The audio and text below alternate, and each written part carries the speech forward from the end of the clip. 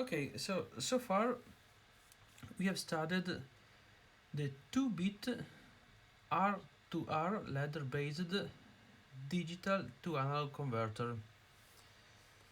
So probably there is a demonstration by induction.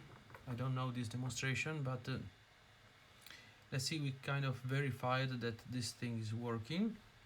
So for the moment we believe it will work for any number of bits. And so we have this circuit. So this circuit is not the only one that can do this conversion, but it's good because it is based basically on one component, a resistor having a certain value. Then if you want to make the 2R resistor, it's simple because you just put two resistors of R resistance in series.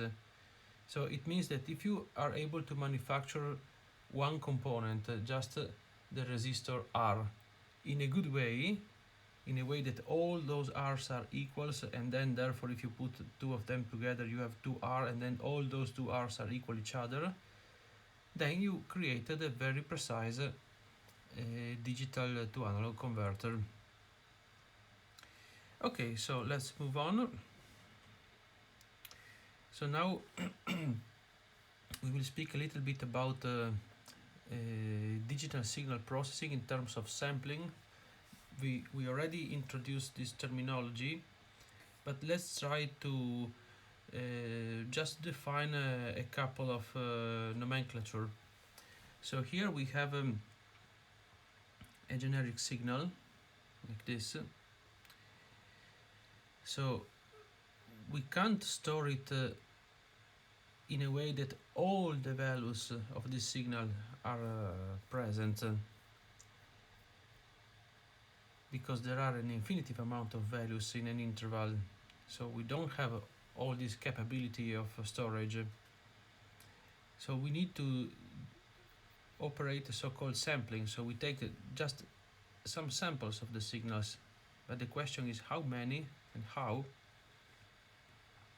So first we want to understand one thing, that this signal, I mean the analog version of it,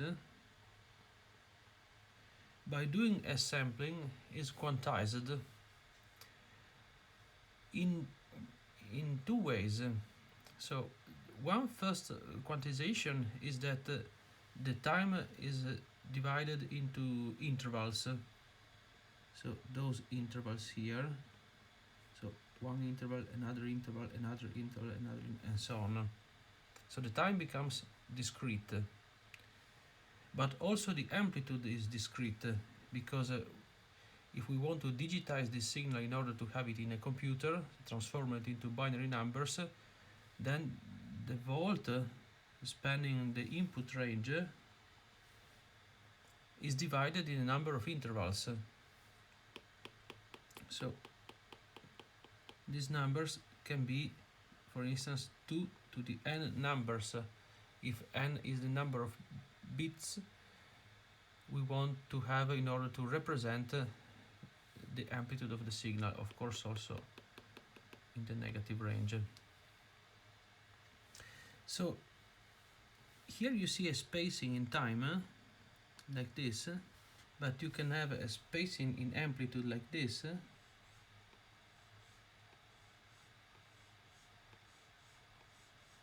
and the unit of time, the delta t, has nothing to do with the delta v.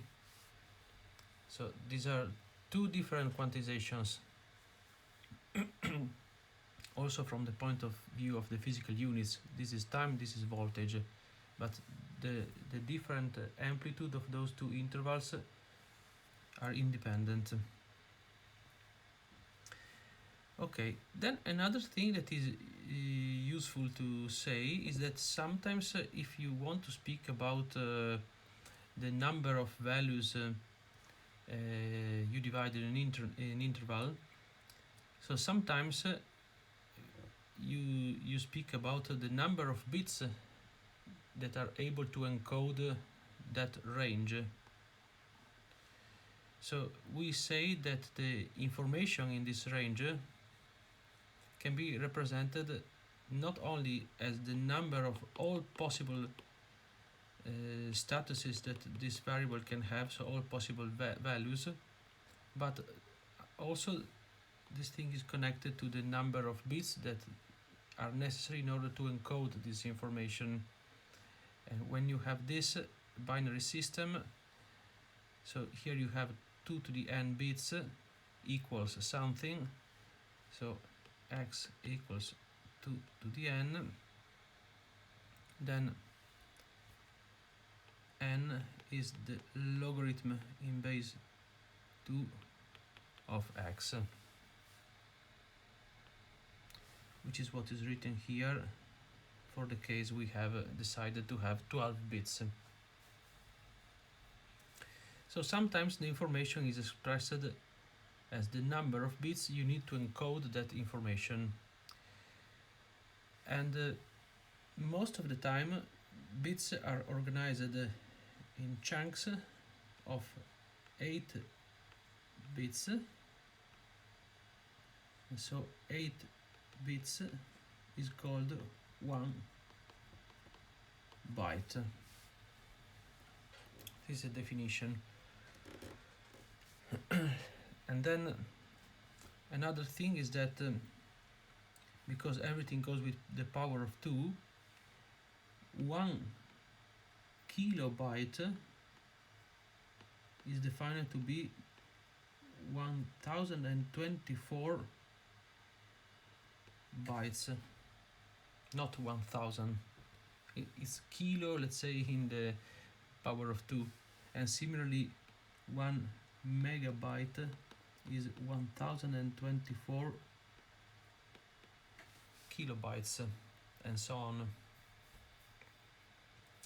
Sometimes people are also speaking about kilobits and megabits, so then there is this 8 factor in between.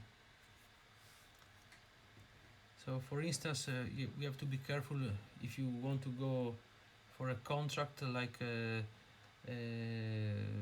fiber optics at home to have internet. Sometimes they give you the speed in kilobits per second because it's a bigger number, so you have to be careful about this kind of things.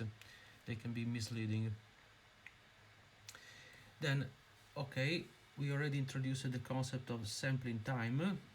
It's the size in time about of this interval. So here we have, for instance, 15 microseconds, and conversely 1 over the sampling time is called the sampling frequency, so 20 kilohertz, which means 20,000 samples per second. And then here we have the data rate. So in this case we decided to divide this signal in 4096 numbers, 12 bits.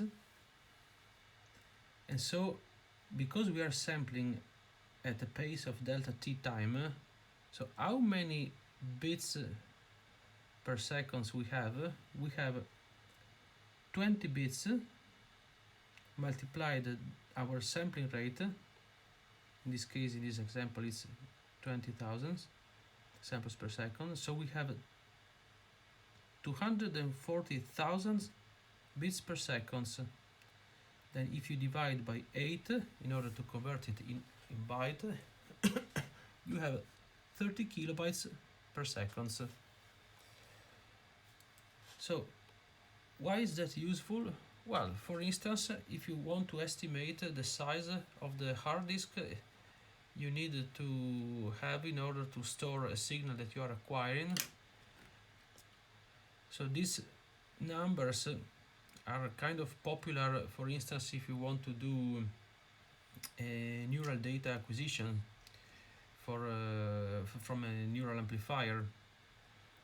It's easy that you have 12 bits for the analog to digital converter. 20 kilohertz is also a popular number for the sampling rate. And then if you have one channel, then it takes 30 kilobytes per second. So in 10 seconds it's 100 kilobytes. Sorry, 300 kilobytes. And so you see that the capacity of your recordings increase quite fast with the time. Imagine you have a number of independent channels you want to acquire, for instance, for extracellular recordings and such kind of things. So this gives you an estimation of how much information is present in the signal that you are recording. Okay. But now there is another important thing we have to take into account. It's called the Shannon theorem, and it deals with this thing of the information. So we don't give a demonstration of this theorem, but we say the result of it. And this thing is a must that we always have to remember. So we can simply read it like this. The sampling frequency of a sampled signal must be at least, and I want to underline at least, twice the bandwidth of the signal. So what is the bandwidth of the signal? So if we remember the Fourier transform, we said that a signal can be represented as a summation of sinusoids. So if you have a sinusoidal signal, that summation is quite easy, you have only one term. But if you have a signal like this one, which is not sinusoidal, it can have more than one term. So if you compute the so-called spectrum of a signal that gives you all the contributes of all sinusoidal components, at a certain point, hopefully, let's say, the amount of components you have, which are substantially different from zero, are finite. So it's something like this, for instance. Let's go to the blackboard.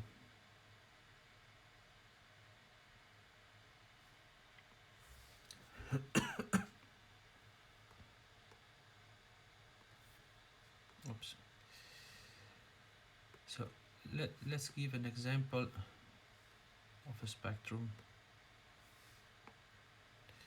So let's say we have a simple sinusoidal signal, time, signal of time, then we do Fourier transform, and we have the spectrum, which is something like this: omega, S of omega, we have one sinusoidal here and the negative sinusoidal in the spectrum. So this thing is the period t, and the frequency f was 1 over t, and omega was 2 pi f. If we have a signal like this, for instance, the summation of one sinusoidal signal plus a little sinusoidal signal on top of it, something like this, for instance,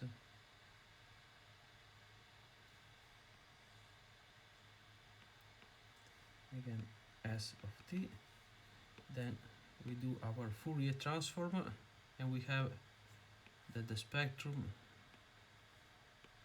is like this: a big component at frequency omega 0, which corresponds to this oscillation, plus probably a smaller component at frequency omega 1,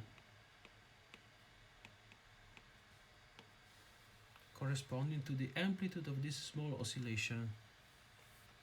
So if you have any signal like this, for instance, whatever,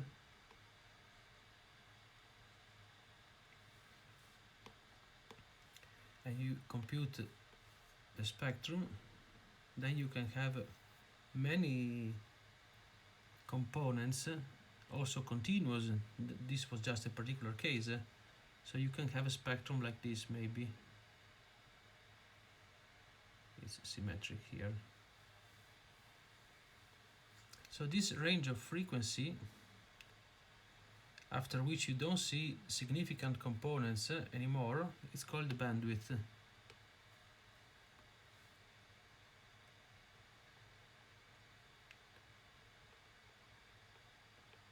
Bandwidth. Okay. And it's measured in the units of frequency, so in radian per seconds or in hertz.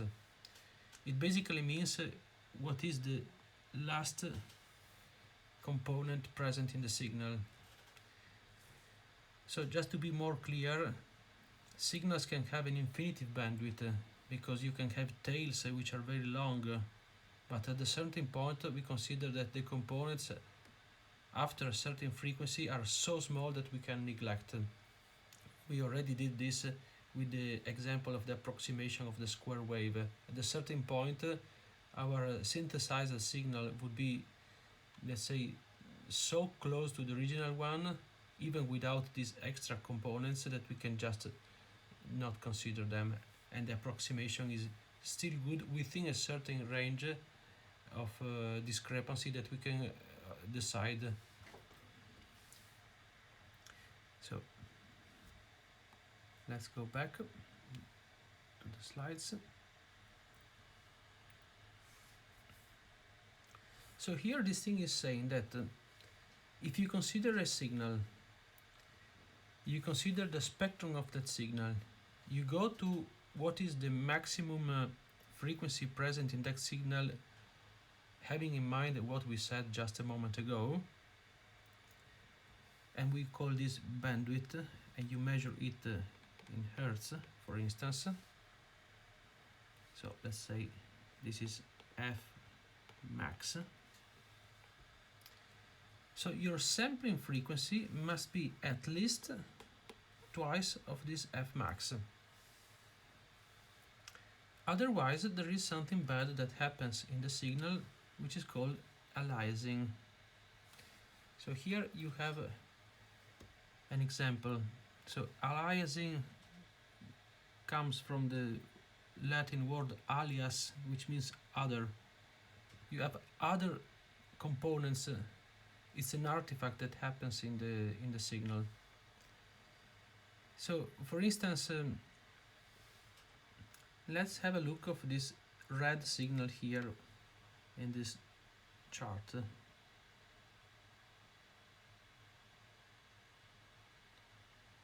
And let's say that this is a signal of interest that we want to acquire by sampling it. So now we decide to do a sampling with this sampling rate. So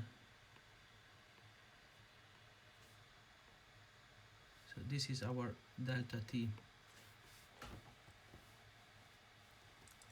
Okay. So we take the sample at t0, t1, t2, and so on. And then the only thing we have at the end of this sampling are those values here.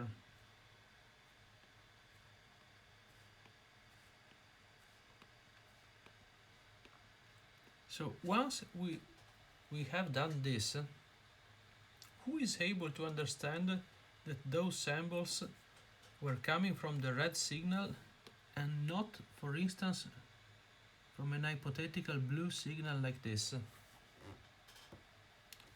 So those two possibilities share the same samples.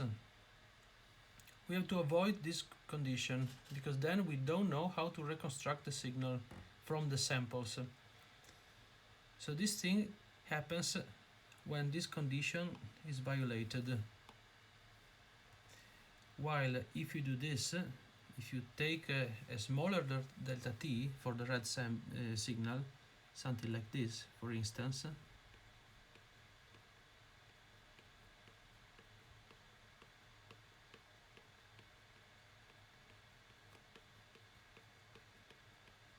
then this situation will not happen.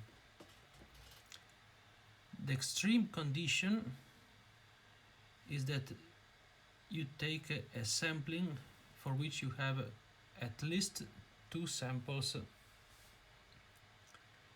corresponding to the maximum frequency. But this is the, let's say, limit case. In practice, it's better if you take the sampling frequency something like in the order of the magnitude of 10 times the maximum frequency.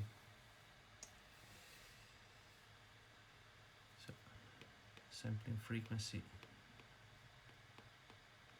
something like that. So now we have a problem. We have a signal we want to acquire, but in order to acquire it, we must know its frequency context, which is something that we can't know before we acquire it. So we are trapped in a loop of causality things. So how can we solve this thing? The only way to solve it is to put an extra thing in your circuit before the analog to digital converter. We have to put a so-called anti-aliasing filter. So I go to the nodes here. So you see the problem. You have a signal, you want to acquire the signal, but in order to acquire it, you should know the maximum frequency of it, so you can choose the correct sampling rate. But we don't know the frequency before you acquire it. So you put the signal into a filter, so like this, anti-aliasing. It's called anti-aliasing, and this anti-aliasing filter is a low-pass filter. And then the output of your signal is a little bit smoother, maybe something like this,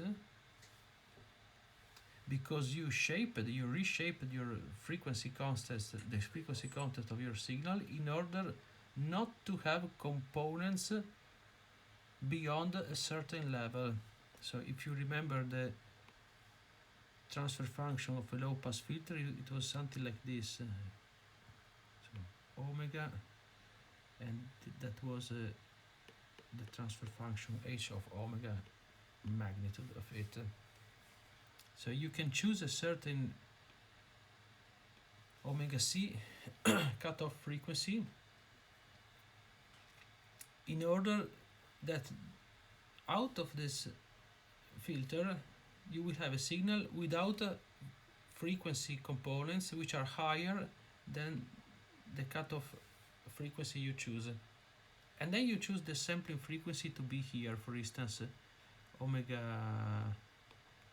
sample.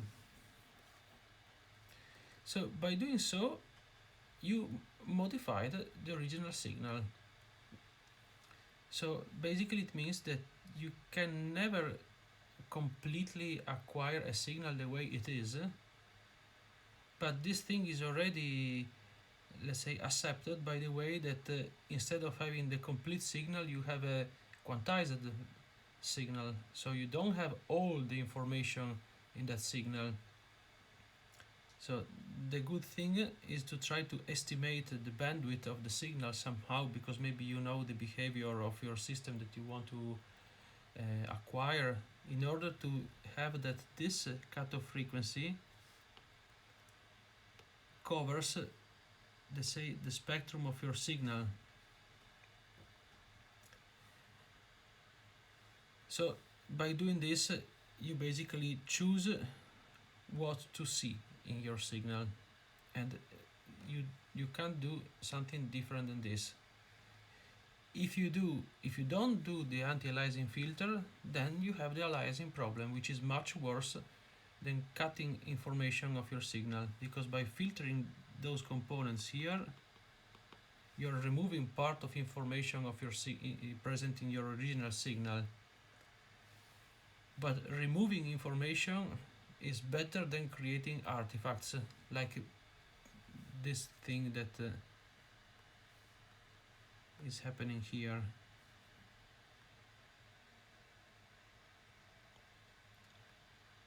Because if you remove information, you know what you're removing, but if you have those artifacts, then you don't know what you introduced.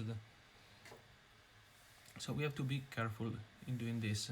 Every time you have to sample a signal, you have to be confident of your antialiasing filter before the analog to digital conversion.